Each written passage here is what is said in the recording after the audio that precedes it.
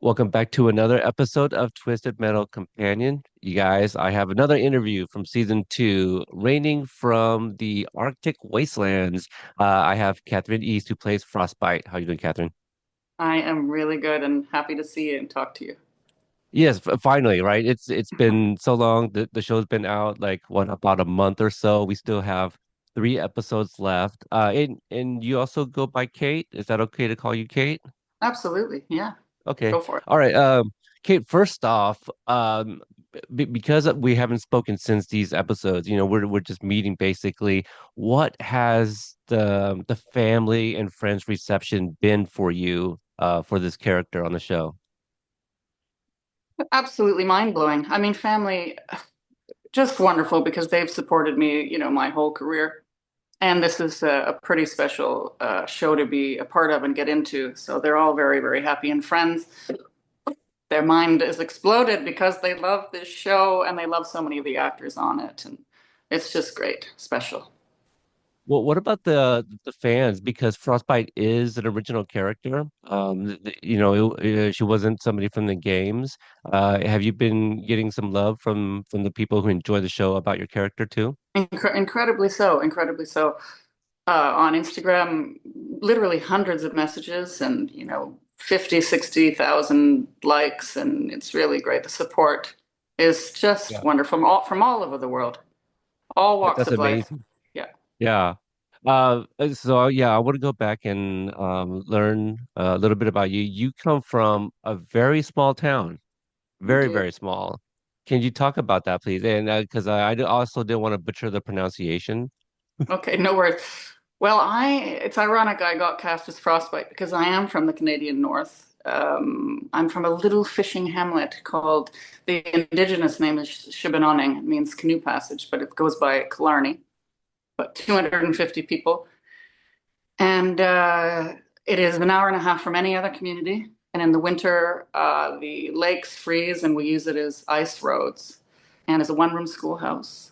And it's an indigenous village, so there's only a few white families, which I was a part of. An extraordinary place. Wow. So what was that like growing up and the school system and stuff like that for such a small town? Well, it's just like you'd imagine. It's like Mm. a one building. It was a Catholic school system, which I am not, but it's the school, so you make a deal with the Catholic school board. And I think when I was in school, there were only maybe 50 kids or less. And so we were all jammed together. Uh, it was an extraordinary time. Now, schooling wise, my life has been complicated, but I was often homeschooled as well. That's another story about my parents in the Caribbean. So I had lots of different types of education. Wow. And so everyone basically knew one another Knew for one being us. another and related to one another, and Yeah. absolutely. And they are beautiful people in this community, Indigenous people, and I didn't even know they were, to be honest. We were all kids, and that's just what it was. Just people. Just people. Totally. But Yeah. there's a style of community there, and they're Anishinaabe, Ojibwe, and they share everything in terms of like love and bringing everyone up, children up, and it's a sharing thing, and it's it's an extraordinary way to see the world. So, what were some of your interests growing up? I'm trying to kind of imagine like what's available for you in terms of like sports, theater, things of that nature. Well, none of that. Well, sports. Well, let's see. I mean, I'm on Georgian Bay, which is like Huron, so massive. So, I mean, I could clean a fish and fish before I did anything. Canoeing, kayaking, hiking, sailing, uh, skating, cross-country skiing, snowshoeing. Um, those are, and I mean, even in grade school, our phys ed was a game called Survival. You go out into the bush. It's basically like a video game where you all like. Some of you play herbivores, some of you play omnivores, some of you are disease, and you just chase each other in the bush. It wouldn't be allowed today in a million Right. years, but yeah. So Yeah. I'm quite like Frostbite actually. Yeah, Yeah, that's amazing. mm, it was good. So what about the acting bug? Did you have like an early inspiration? When did you catch Uh, that? there was a teacher at this grade school, Mr. McGuire, and he was putting on of all things, a British farce in school. And I was really young. I think I must have been 7 or 8. And I said, "Can I be in your play?" And he said, "No." And I was so incensed to be told no. I went to him every day and I said, "Can I be in your play? Can I be in your play?" And finally, he put me in the play. I played a little boy, and it was the most fun I've ever had. And so that was, I never looked back at that And point. you skipped according to this interview I have up, you skipped a few grades as well I too. did, yeah. So yeah, so you were you still like in I don't know if you guys also have a middle school like we do No, before no, high no. school? We have Okay. like kindergarten, 2 years, Hmm. and then 1 to 8, and then you go into high school for 5 years. Yeah, Got it. Okay. yeah, And yeah. so around 7 or 8. So you must have been, gosh, second, what's that, second grade or Yeah, I something? think it was 1 and 2. I can't Yeah. even remember. And you know what? I don't think they do that practice any longer, and I'm not sure it's the best plan. Okay. Um, I guess I showed promise and intellect and stuff, but most people enter high school, at least in Canada, at 14, and I was 12. Hmm. So 12 is very young to be dealing with the realities of high school. And also, I graduated at 17. Like, it's just so young that you can't get in anywhere. You can't, you know. Mm. But So, I learned. so, so what was that like in high school for being so young? And like everybody's like basically family and know each other. Did you have any difficulties just being someone much Oh, wait, junior no, to no, no. everyone There's no else? high school in our little town. Oh, no, no high Oh, school at all. No, it oh, ends okay. in Just in grade 8. general. Yes. Wow. So what happened? I didn't do this, but the community itself, it's the longest school bus ride in Canada. It's an hour and a half each direction. And it would leave in the dark, come home in the dark. And kids would go to the city an hour and a half away called Sudbury, and then they'd be bused home. But it means no curricular activities or anything like that. And my parents didn't want that. So at 12, they had me boarder with a family that I didn't know in the city. So coming from a small wee village to a sort of harder town, that was very difficult for me. But You made the best of it. I did, yeah. Yeah. And I had tough times, and they form you and they make you street smart, and it was worthwhile in a lot of ways. So they still prepared you nonetheless for life. Yeah. Yeah, yeah. Now after high school, you traveled the world, and that's an understatement. Like you traveled. Well, I Yeah. thought to myself, like, I'm 17, no theater school would even accept me, most likely at that age. You probably don't want to go that young. And I just thought, well, I can either be a waitress or do something dumb or see the world. So I got my passport and saved money and buggered off. That was terrifying. Yeah. Yeah. How did you plan for that to travel the world? Um, I got a map Okay. and I just at that time I didn't know a lot about the world, but I looked at the countries and I had a lot of interest before that and just decided where I was going to go and got visas for where I needed to be. And this was giving my age away, but pre internet, Right. pre Facebook, anything like that. So I left home, just turned 18. By mom. And if, for example, I went to Russia and it had only left the Soviet Union 4 years, I guess. Wow.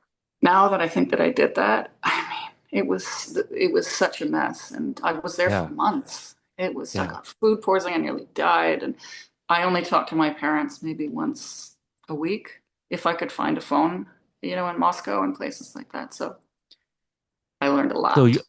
are you pretty much backpacking or are you Yes. lodging at most of these No. places? Wow. Yeah. Yeah, Yeah. I didn't really have many problems, not on that first trip. In Austria, once I had a bit of a problem, but generally, I don't know why, but I guess I looked fierce, but I didn't. I mean, I had some unfortunate incidents, but nothing too bad. That's good. During your travels, how long was your time gone, the duration of your world traveling? For that first time, God, I'm not even sure now, but it was up to 8, 9 months at that point. And while I did Okay. that, I'm British as well through my father. I auditioned for theatre schools when I was in London, and I got into one. So that was good. So I finished my travels and then moved to England. Yeah. So theater, how were you liking that? Having just that little bit as a in the second grade or so.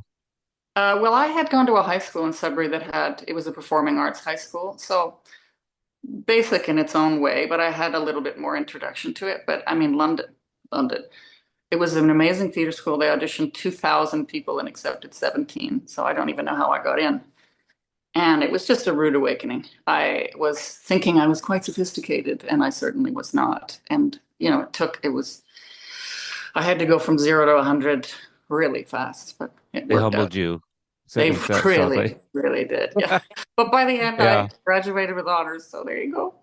Oh wow, Yeah. that's amazing. Yeah. Yeah, so that really ended up working out. The 8 to 9 months as a late teenager, yeah, you're right, like 17, 18, maybe even 19. What is like the what was like the one thing where if you had the moment like, oh, this is what life is about, like the traveling aspect of it, did you have the moment where you're like, this is the right decision, that I made for myself? Yeah, for sure. I remember very clearly. Um, I mean, I was so young, I wasn't even allowed to drink alcohol in Canada, and so I remember I was in London. It was the first 3 days, and I was staying at some friend of my parents, and I was so scared. I didn't leave. And I just thought, well, I'm at the crossroads of my life. Who am I going to be? Am I going to do this or am I going to fly home? And I remember deciding to do it. And I think, I can't remember what train station it was, but it was the train to Exeter. I'll never forget it. And I was shaking, like shaking. And I thought, you can do this. And I decided, I got on the train, I got to this little place, got to the hostel, and I felt so powerful and free. And I was amongst all these international kids, and I just thought, you're more powerful than you think you are. We all are. It's Wow, good. that's Yeah. yeah, that's a bit. I often look at like I'm not on TikTok as much, but I'm on Instagram often, and I just see all these, reels from all around the world, and I wish I had that um kind of that little push or something, at such an early age to do a little traveling, you know. Well, Um, I think we all have our own path, and don't ever mm, beat yourself up about anything like that because you're so young, you can do anything you want. we're And closer in age than you think. oh, but I think, there's a right time for everything, you Yeah, know. And look at right. you now, you're meeting all these people from around the world, and you're kind of doing it without Yeah. moving. Yeah. You're right about that. I am meeting people from all around the world. Thanks to MJ for creating this world. I'm meeting some of the most fascinating people that I probably would never encounter on the street. Just, but for no real reason at all. Just like, I'm not just going to go up to any random strangers, but having this connection and the love for the twisted metal. I am meeting just really unique individuals out there, but yeah, being exposed to maybe their cultures and stuff, and Of course. just kind of the perception, on a show based out of America. So yeah, yeah, in a way I am.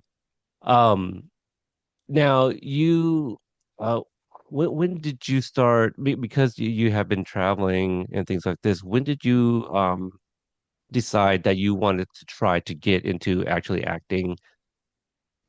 Well, I had actually decided that in high school. I made that choice. I remember sitting in front of the tennis court and just said, so you want to do this or not? And I chose it, and I've never looked back. And it was tough, after theater school. I remained in England and worked there for another 3 years, I guess. But I've never really looked back. It was always a given. Yeah. Did you have like someone that you watched, whether personal or professional, that also inspired you? Because it's for such an early age, that's a very, for you to be kind of determined at that point, like Yeah. that's it, that's the one. I knew you were going to ask that. I think the true answer is my dad was many, many, many, many generations older than me. He was a Second World War veteran. Mm, And so all we watched as kids were old Hollywood black and white movies. And I found them inspiring. There was one actress called Greer Garson. She was a big British actress that I found inspiring. And to answer your question, my father was a huge trailblazer himself. And so I had role models of people just following their dreams. mm. Um, yeah, it's hard to say. I kind of did it on my own, other than those influences. Yeah. You see other people being passionate about something that Yeah, of their dreams, and they're pursuant of it. And so you're like, just seeing that is inspiring in yeah. itself. And those old Yeah. movies inspired me. I mean, maybe you look Yeah. back and they're dated and not quite politically correct and stuff and Sure. not great, but at the time they were glamorous and epic and adventurous, and I wanted that. Oh yeah. There's plenty of Hollywood classics where people say like this, these are the golden ages and the movies that people grew up on, and they won awards. And then you go back and you're like, oh, there's certain flags in on the Yeah, glove box, and so yeah, problematic stuff, a different era. I totally get it. yeah. uh and so there was like a really there was a time in your life where it appears that you didn't book anything, right? Oh, And but I didn't book anything. Oh, yeah. right, and in this interview, you kind of you say like, it could be like the age, and you're not exactly what they're looking for. What kept you? What was the drive? Like, what was still driving you to still, kind of, because we're getting to Twisted Metal here. Like I'm, you know, Yeah, it's an interesting question, and I'm not fully sure because I know a lot of actors that encountered that kind of thing and just simply quit. yeah, I think it's just, again, back to my father and mother and how I was brought up. And it's just an inner self-belief that even in my darkest times, it just was always like a volcano bubbling that I just believe. I believe, yeah, in positivity. And I'm also, let's face it, I'm hard to cast. I'm 6 feet, big girl. I am not your. People don't thank you, Mr. Smith, because like um, he had vision of an unusual character, and you just don't see them that often. The only other part I can think of that really matches me, and I'm sad I didn't audition for, is Brienne of Tarth in Game of oh, Thrones. that would have been fantastic. Yeah, Totally, yeah. So I'm not average, and it's just hard to fit in, I think. But as I mature, I think, thankfully, I'm a character actor. I think it will improve for me, as opposed to yeah, being an ingenue and, having trouble. yeah. It's a good perspective to have. I think, like, sometimes coming from, I mean, you come from a really small, village. I come from a smaller city, and we're not really known for being a town that gets filmed a lot. We have like Portlandia, and these like kind of smaller movies get filmed and TV shows and such. But like ever since I was in high school, I always felt like I was meant to do something a little bit more, you know? And so, life gets in the way and stuff like that. But like when I kind of found success covering Cobra Kai, and that's how I met MJ way back when, and I was finding success in interviewing, these higher profile actors and stuff. I go, this could be a real thing for me. And so I started flying to red carpet events after being approved by media. So I don't do it professionally, but I do it as like, I feel like I can be like that bridge between a fandom and its show, building trust with the people on the show and giving all these like stories to the people that love it. So that's kind of where I've kind of found my niche a little For bit. sure, and you're extremely skilled at it. So, Thank you. professional or not, that doesn't matter. You seem that way, and you could, and you are, really. Yeah. Thank you. Yeah. Shout outs to Michael James Shaw, who also said something very similar. It's like, Oh what's stopping yeah, you from just doing it? Yeah. So totally. Yeah, he's a great guy. yeah. By the way. Wow, what a fun guy. Yeah, we know him and we had some interaction prior to actually meeting up, but just the fact that he said, yeah, let's do dinner. I'm like, okay, well, thank you. I think Decent, I decent guy. yeah, yeah. I hope people see the enthusiasm that, like I'm not out here trying to make money, like I just want to share these stories and I love hearing them and I love the show. So Twisted Metal. How did you come across this? You talked about MJ and how he's got like these visions for all these very specific characters, whether they're from the games or original. How did Frostbite come across your life? Well, the traditional way, you have an agent and they get breakdowns, and I was put forward. And so the audition came through, and I remember the breakdown, and I laughed, and I thought, well, there's not too many auditions that come through like this. And I thought, I just couldn't think of anyone else, to be honest, that sort of fit it so particularly. Um, and so I just, right here in my flat, I did a self-tape and sent it off, and that was that. Got a call saying I was on hold or something and had an excruciating weekend waiting to find out if I actually got it. But what a gift. Yeah. Now, were you familiar with either the first season or the video games at all prior to? I certainly knew about the video games. Okay. I mean, I wasn't a gamer, but Right. I was alive, so they were around. But the show, no, I had not heard of it. But oh my goodness, as soon as I don't even think I got the part yet, and I started watching it, and I just thought it was a riot. Yeah. Absolute like hidden wit in Yeah. it, don't you think? Like the Oh, minds absolutely. of MJ, Yeah. whip smart. Like you have to be like. I think if you look at it on the surface, people would be like, "What on earth is that?" But if you really watch it, you see the intellect behind it. Yeah, very character driven. We don't have a lot of shows like this anymore. We have a lot of shows and movies that try to focus on, the story or the cast, like in terms of like the big names, Yeah, yeah, blockbuster type stuff. But with a show like this, they created all these different characters, whether they're good or bad, you kind of understand their motives and their drive, and you sympathize with them, even the bad ones. Like like you may not agree with the things that they do or they say, but you're like, at least I kind of understand it. And so I don't know what's coming in the next three episodes, but I know it's gonna get you right in the feels from based off yeah. of the last two we already got.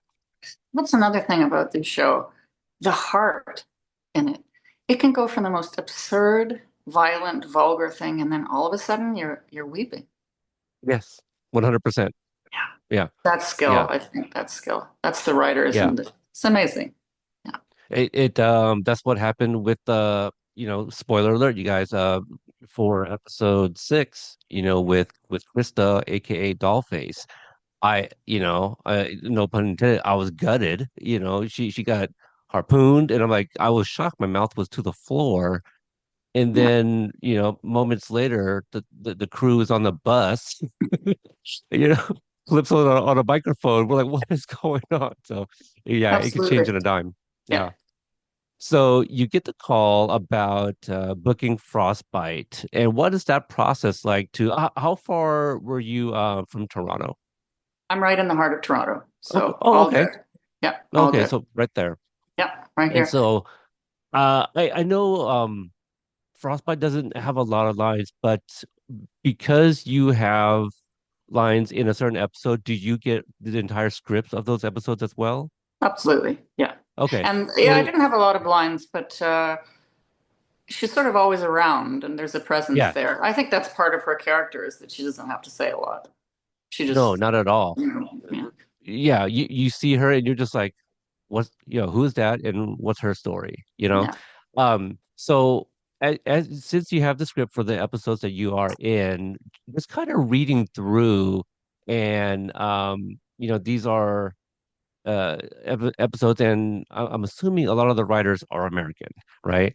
So you're Yeah. reading the script. Was there any like phrase, expression that kind of went over your head because Yes. because of the Yes. different countries? Yeah. Yes. And I can't remember what it is. And I wish I Okay. could.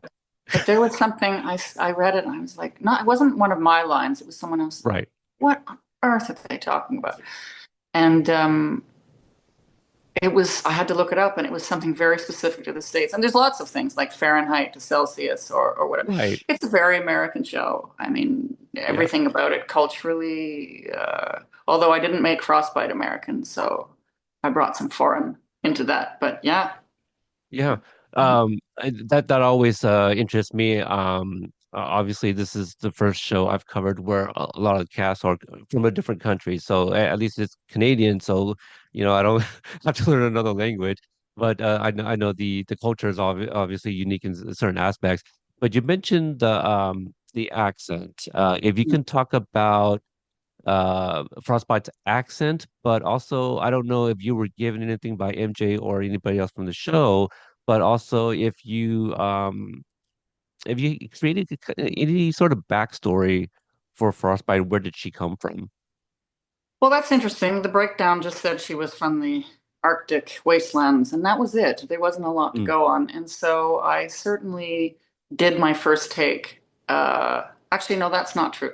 My second take, I did in an American accent.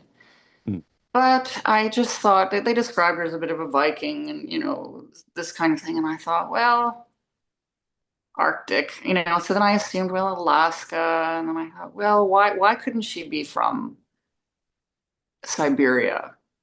yeah. And so I made that up. I did a Russian accent for the first take. So that was it's a bit of a risk to do an accent when they don't ask for it. But I thought, what the hell?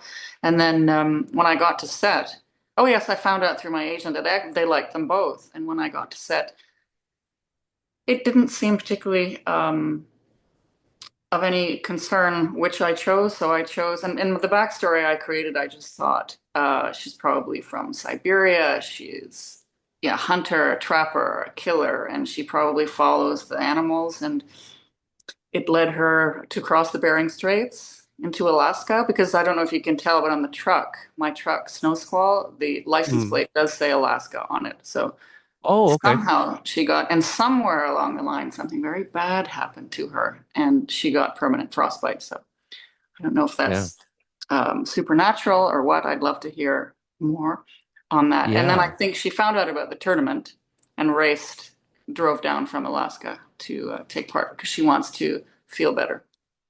Yeah. I feel warm. Yeah. Yeah, So, yeah. But she oh, well, obviously, yeah, she stayed obviously in Alaska for a while to got a truck and probably just better options there for her. yeah, I will have to look at the license plate again.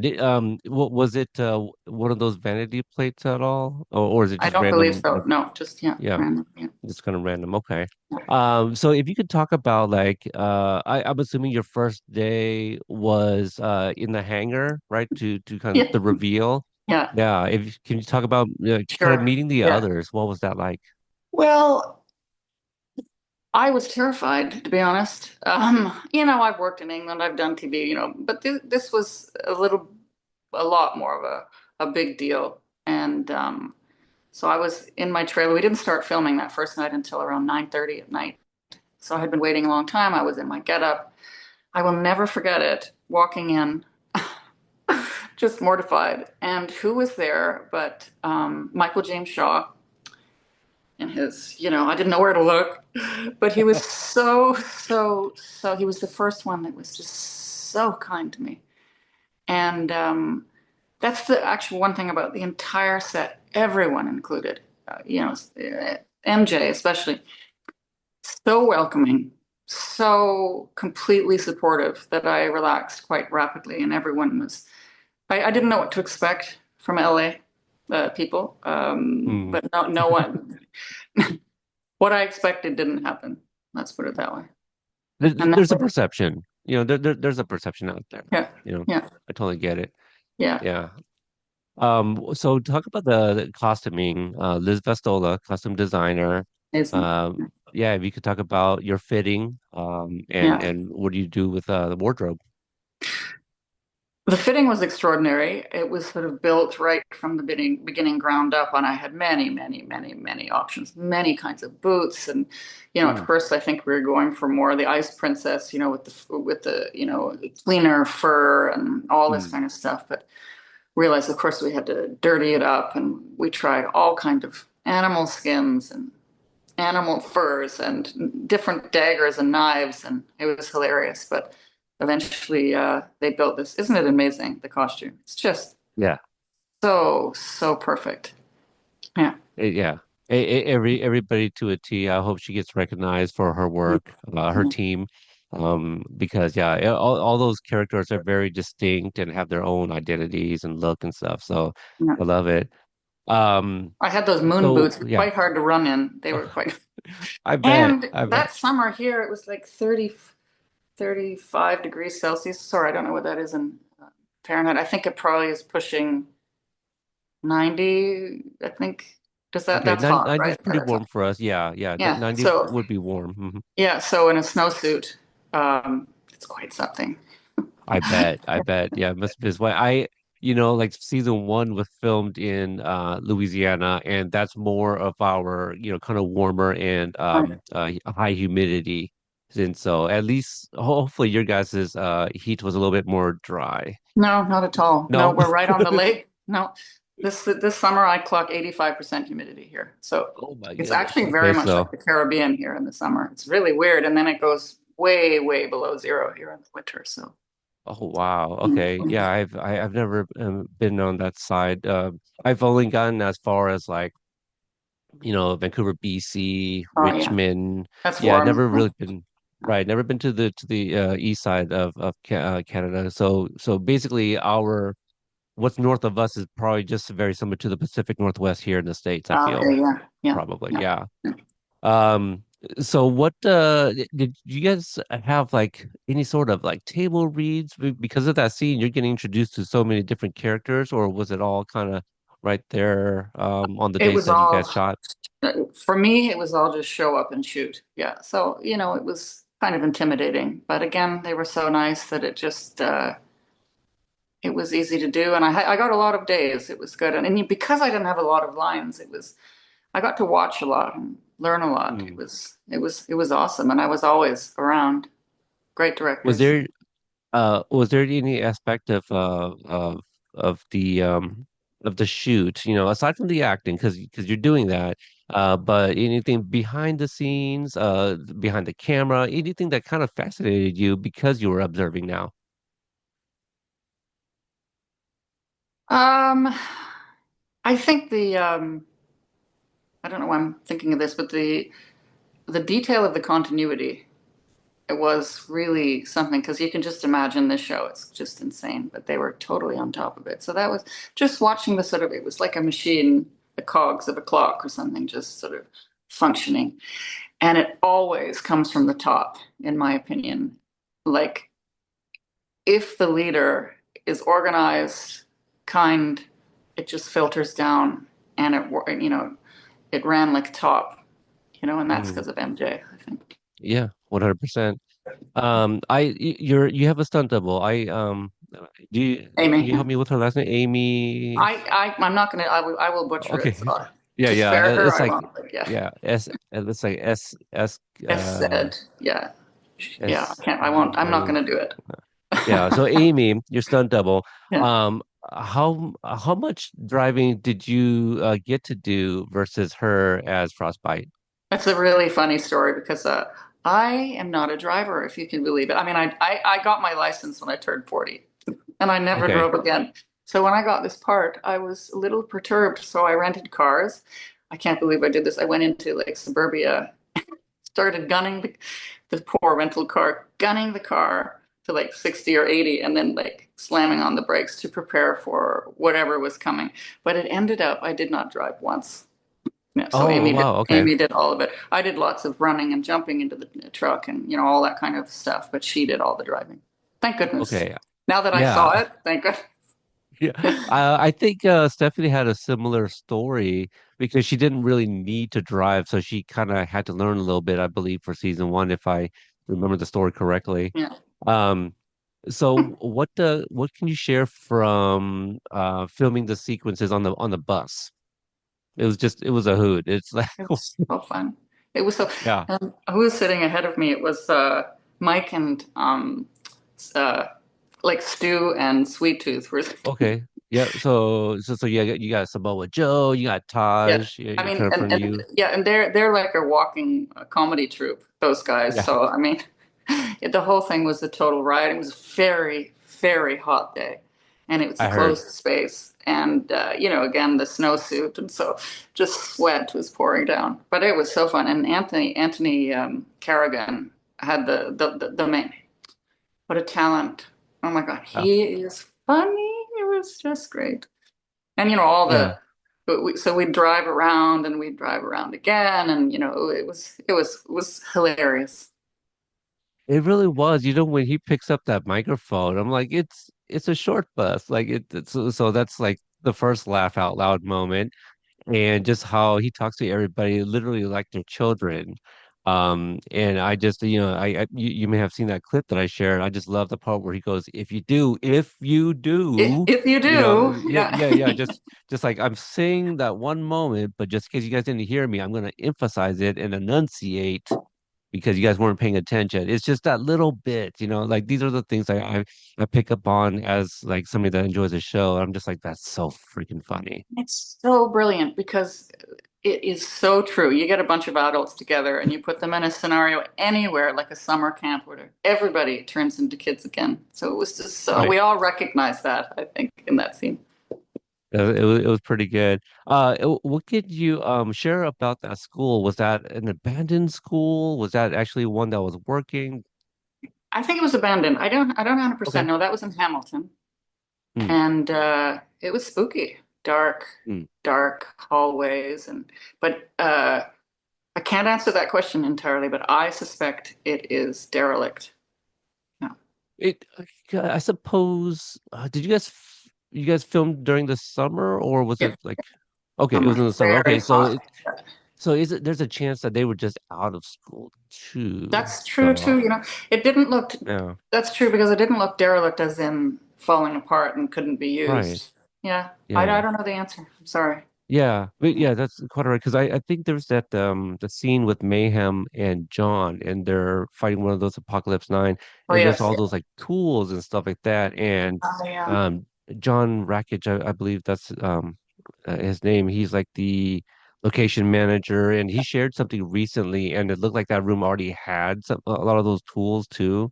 So yeah, Yeah, so I there's don't already know. things kind of already in the school, I guess. I don't know.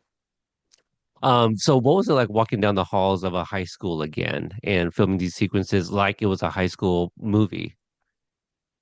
Honestly, it was a dream come true. It was great being with those people, those actors, and uh,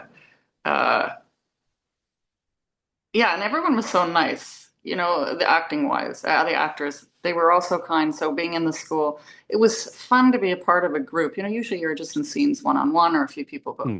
all together. I mean, it was one hilarious, endless, funny experience and Anthony Mackie is just so charismatic and fun, and he really sort of led the show and made it all a joy. They were Yeah, long days, and it was fun.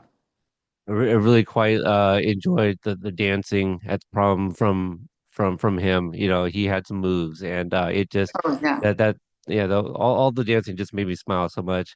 Um, Now, do you well, is there any kind of room for like improvisation, like in terms of the dialogue, as long as you're not like really veering away from what's actually being spoken, but For my can you think of, character, there was a little bit in the scene when I'm getting okay. my temperature taken. I was sort of fed different lines. I think Hmm. every character was different. Vermin, for example, a lot of what she did, brilliant. Lisa Gilroy, a lot of what she did was improv, I believe. Not sure Wow. about everyone else. I think Sweet Tooth pretty much sticks to the script. Yeah, I think it just depends on the part. Right. Mhm. So yeah, you had the doctor sequence, and the temperature line there. What about the cafeteria and like getting the food and sitting at the table and waiting for Calypso to call in? What was that like? Oh, It was fun. You know the scene where Sweet Tooth throws the sandwich and hits Ooh, like yeah. it was fun. He Sweet Tooth he aimed that. I don't know how many takes it took, but he nailed it every. He should have been in football. So it was all just like jovial and just so fun in between takes, especially, and also watching the performers do their lines. Yeah, that little Yeah. clip of Lisa's when she's talking about the sandwiches, Oh, yeah. and all the different sandwiches she loves. It was so fun. Was that on paper, or was she No, I improvising think that then? was a lot was improvised. I can't. Oh my Yeah, gosh. yeah. That makes Calypso's like response even funnier. It's just like, okay. Oh, yeah. I don't know if that line was scripted. I'm not sure, Right. but it was I mean, a it was a education too. Yeah. sure. The response was perfect because it's almost like, well, why are you telling me? Like, you're welcome? Like, Yeah. yeah, that was pretty great. Yeah. Now for Frostbite's, moment where she gets this line and she goes to the door. Can you talk about that too? Because it's just so comedic that I've mentioned, the little head like, oh, it's just a door Yeah. like Yeah. that too. Like if you could talk about that, I'd love to kind of hear your process of that moment for Frostbite. Well, it's one line, and you look at it in script without thinking about it. You're like, oh, but when you actually look at it, there's so much humor disguised in that one line. And I don't know if it was Yeah, you or not that said it, but Frostbite is this large, kind of imposing. You expect whatever to come out of her mouth to be ferocious or what you don't expect. It's just a door. And so I think there's humor in that. And I love the buildup of her as if she's about to kill an animal, towards the door.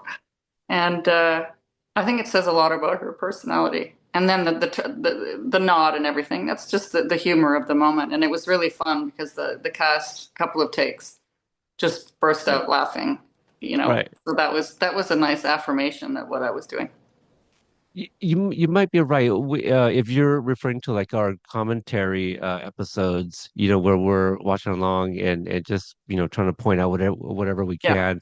I may have said something like that. It's just like, yeah, you expected like something else, but it's just like, okay, all right, I'm ready for this moment. I'm gonna pull out the knife, and it's like, nah, it's just a door. It's just so Yeah, I know. pedestrian. It's It's like just great, this build up. She's not really spoken a lot for yet, and right? then she comes out with that. It's good. It is so good. Okay, so then we have some driving scenes that are probably Amy, Yeah. and there was one moment with Frostbite in I think the like a auto, and she's like picking up like an engine or Oh something like yeah, that. yeah, yeah. Yeah, That's the opening of episode 6, maybe, where they're all in the what do you call it? The car garage maybe. Yeah, garage. That's the word. Yeah. yeah. Preparing their cars. Yeah. Was this also right before some of the reveals of those wishes? Right, Yeah, I that think. was right before. Okay. Yeah. Yeah, so if you can also talk about that, I know you got to be careful of right because I don't know what you know, but I think that's a pivotal scene for some of the things that has been Yeah. happening. Those that have been kind of listening intently to the reveals of the wishes, like a frostbite. I want to feel warm again, and then we get her like it burns, and I want to give a shout out to Dale who does the mini Oh yeah. mates, Yeah, yeah, right? yeah. With the They're little wonderful. Lego looking ones. I was just talking with him. And he's like, dude, did you catch how Dave, he says no, he's gonna let his bestie make the wish because he doesn't want to be on the hook for it. Gets hooked when he's fighting Stu, Oh yes, I hadn't thought of right? that. So Yeah, yeah. um Chucky, played by Andre Day Kim, Mhm. says that he wants to fly. Well, he He went flew. flying right out that window. Yeah. And so now you have Mayhem who wants to be invincible. Don't know where that's going to lead. Um, Deacon and Benjamin, they wanted the baby to grow up, whatever, whatever. I kind of forget the dialogue, but I'm like, well, the baby's with Calypso. And so, like, the wheels are starting to turn as we get to these final three, and people are starting to kind of piece some things. What I love about Cobra Kai and MJ was part of that DNA is that you may guess like A to C, but the B, like you're not gonna know how we get there. So I feel in that that scene, those that made the wish, those are going to come true in one way or Yeah. another, but in a twisted fashion. It's like the So irony of Calypso. He listened very intently to everybody. he did. And Yeah. so that's what I'm hoping to see if there's a reveal like, well, none of them crossed the finish line, so why were they kind of being granted these wishes? So yeah, there's the Twisted Metal game rules and then there's the show Mhm. rules. So it's very blurred and we have no idea where it's Yeah. going. Well, And they that's were granted them, but not in a very pleasant way. no, not at all. You know, So maybe the winner gets it as like the way they wanted it. the way they wanted it, the way it was Yeah, intended. so Yeah. Yeah. yeah. So like you're gonna die regardless. So like the wishes that you made and you don't make it, maybe those are the ones that get twisted. Who knows? Yeah. So I have some theories and I'm not ready to put it on like especially during your interview. I don't want to do that to you, but I have some theories leading into those next three episodes that I definitely want to put out there at some point. It's wild.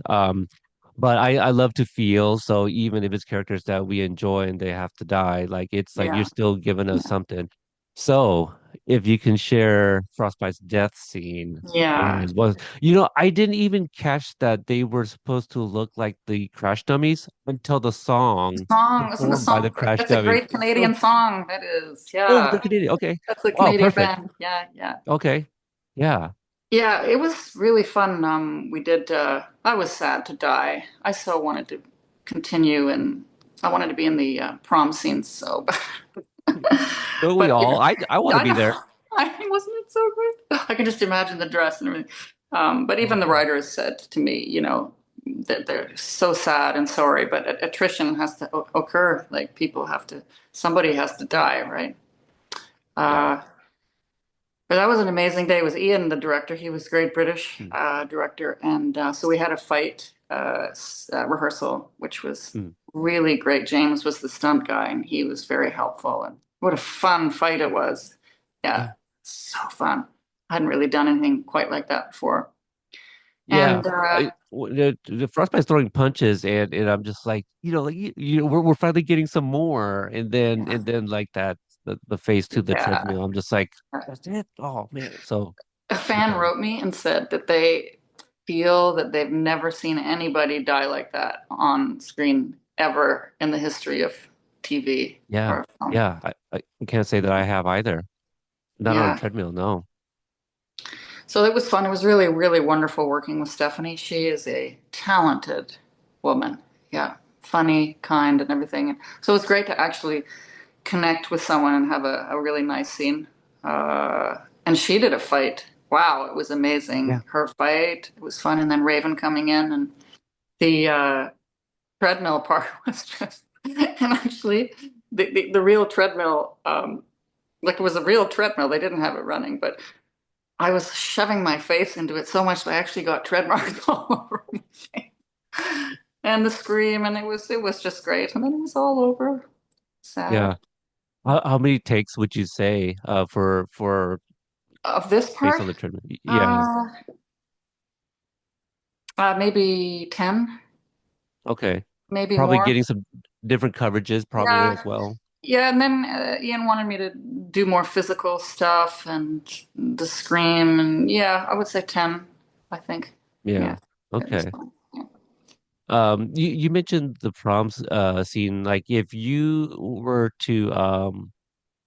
could choose how Frostbite would dress up, what do you think her look would be? I almost like just because of your look and where she comes from, I'm already thinking like Elsa from you Totally. know You know what I pictured? I pictured sort of half Viking looking, with shield stuff or something, but also okay, like maybe a great like 18th century billowing, like a big billowing Cinderella dress, that like yeah, it's all messed up and then maybe like a great big cape or just something exactly out of Frozen too. Yeah. Yeah. yeah, yeah, Maybe give her a big, yeah. yeah. Go ahead. Right. That would have been really nice to see. Okay, how about this? Now that Frostbite is out of contention, if you could choose to be the passenger of any remaining driver, who would it be? You mean who do I think is going to win? Oh, no, no, Or no, no. Like who would you be? Who would you like to be the passenger uh, of the remaining drivers? the Now remaining that we don't driver? have Frostbite, yeah.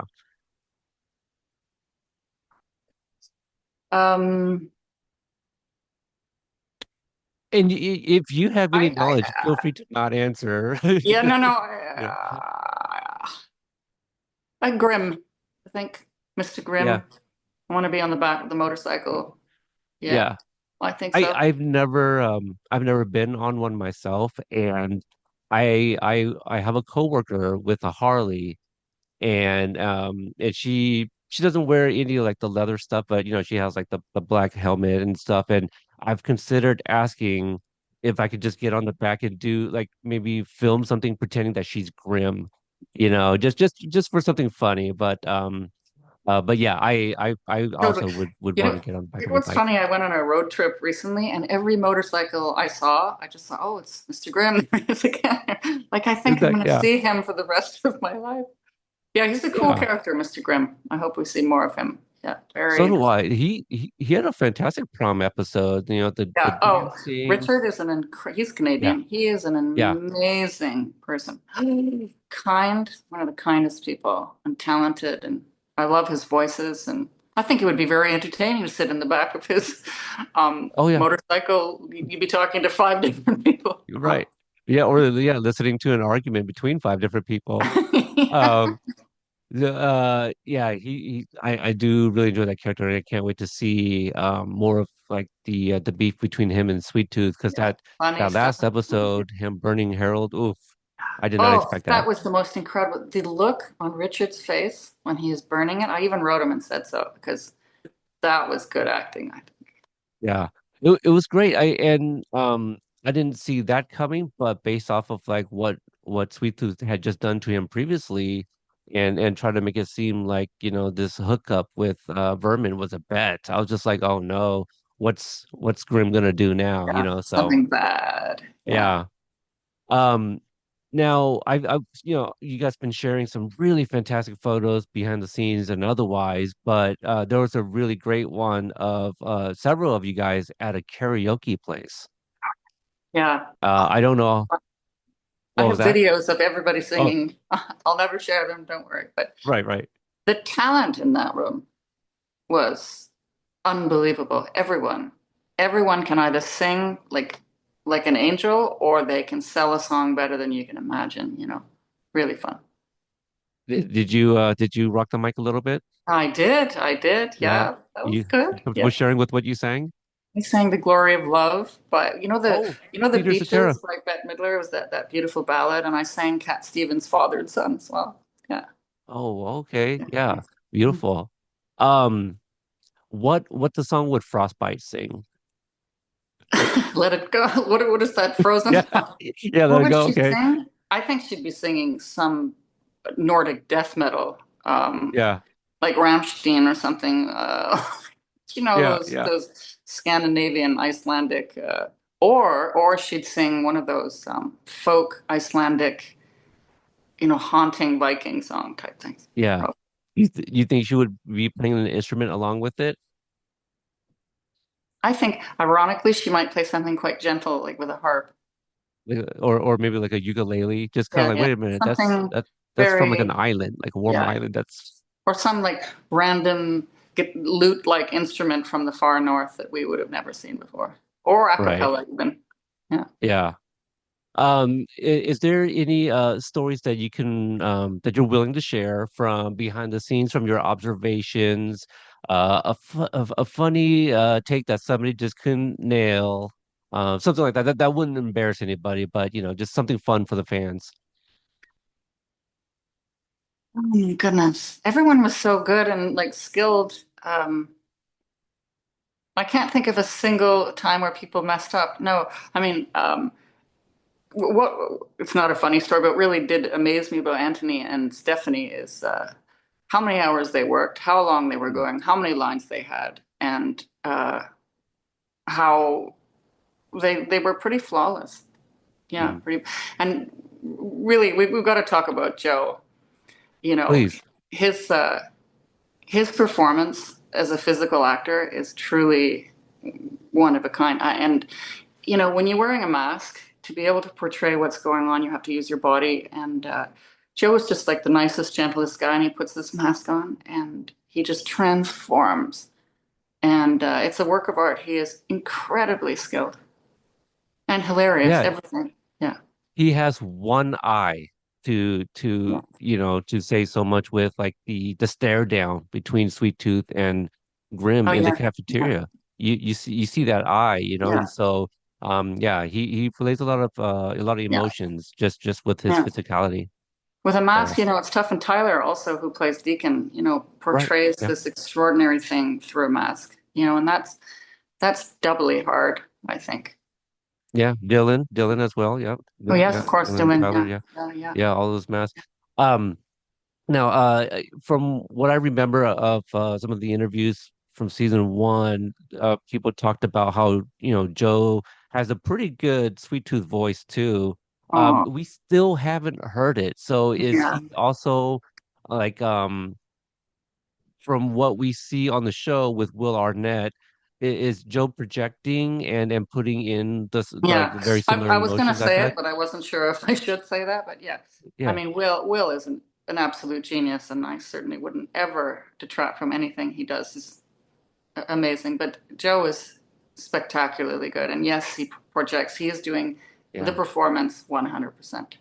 Yeah. Yeah, that's amazing. Yeah, Yeah. MJ release those clips, and we want to see Joe Yeah. do the Yeah. voices.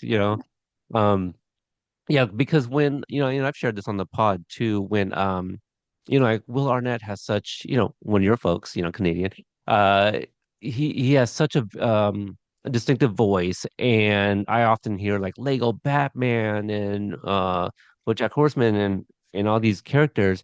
And so I wasn't fully on board when he was announced as the voice of Sweet Tooth and Right. Samoa Joe was going to be the body. But after covering the show and watching season one over and over, like that line has been so blurred that I forget. Yeah. Like now with season two, that's just Sweet Tooth to me now. Like I'm not thinking about who's portraying the Yeah. physical or voicing, It's so incredibly difficult to do too, to match yeah, the the body movement to the. I mean, I can't imagine the skill involved in that. Yeah, yeah.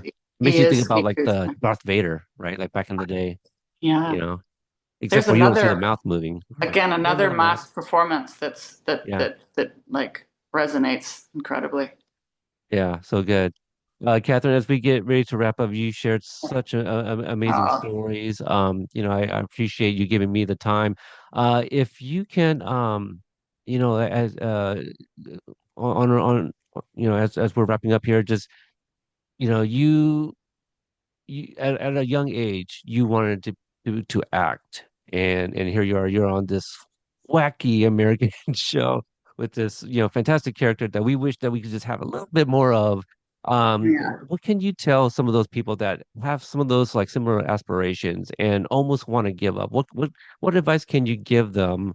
And also with your world traveling, for those that maybe have a little bit of the means, but not all the means to do so. Where are some places that you would recommend to travel in the world? You mean for that is not expensive? You Yeah, mean? that's affordable to go somewhere in the world that maybe people wouldn't even think to go, but like, Okay. hey, Yeah. Sure. yeah, Yeah. Well, the advice I give, it's very, very simple. Don't listen to anyone because the amount of people, even though supportive people, started to lose faith or would, I mean, I've heard this, is there anything else you want to do? You have to simply, like a horse with blinders, just like this industry can knock you down. And it's not about talent. We all have talent. It's about grit and perseverance. And if you want it, you simply have to very, very like tunnel vision, go for it because no one's going to do it for you. And I'm a fisherman. And I always say, you can't catch fish if you're not fishing, right? So if you want it, then just believe in yourself, regardless of the reality, and go for it. And traveling wise, on a budget type thing, you have to have courage to do it. But Africa, I lived for quite some time in Ghana, actually, and Zambia, and you have to have your wits about you a bit. But these are very culturally rich places that, yes, you have to spend money to get to them, but you can certainly survive there on less. Egypt too. I mean, it's a extraordinary place. You have to be tough, but the Africa's a very uh, underestimated place, I would say. You have to mind your P's and Q's and all of that, but the richness there is just vast.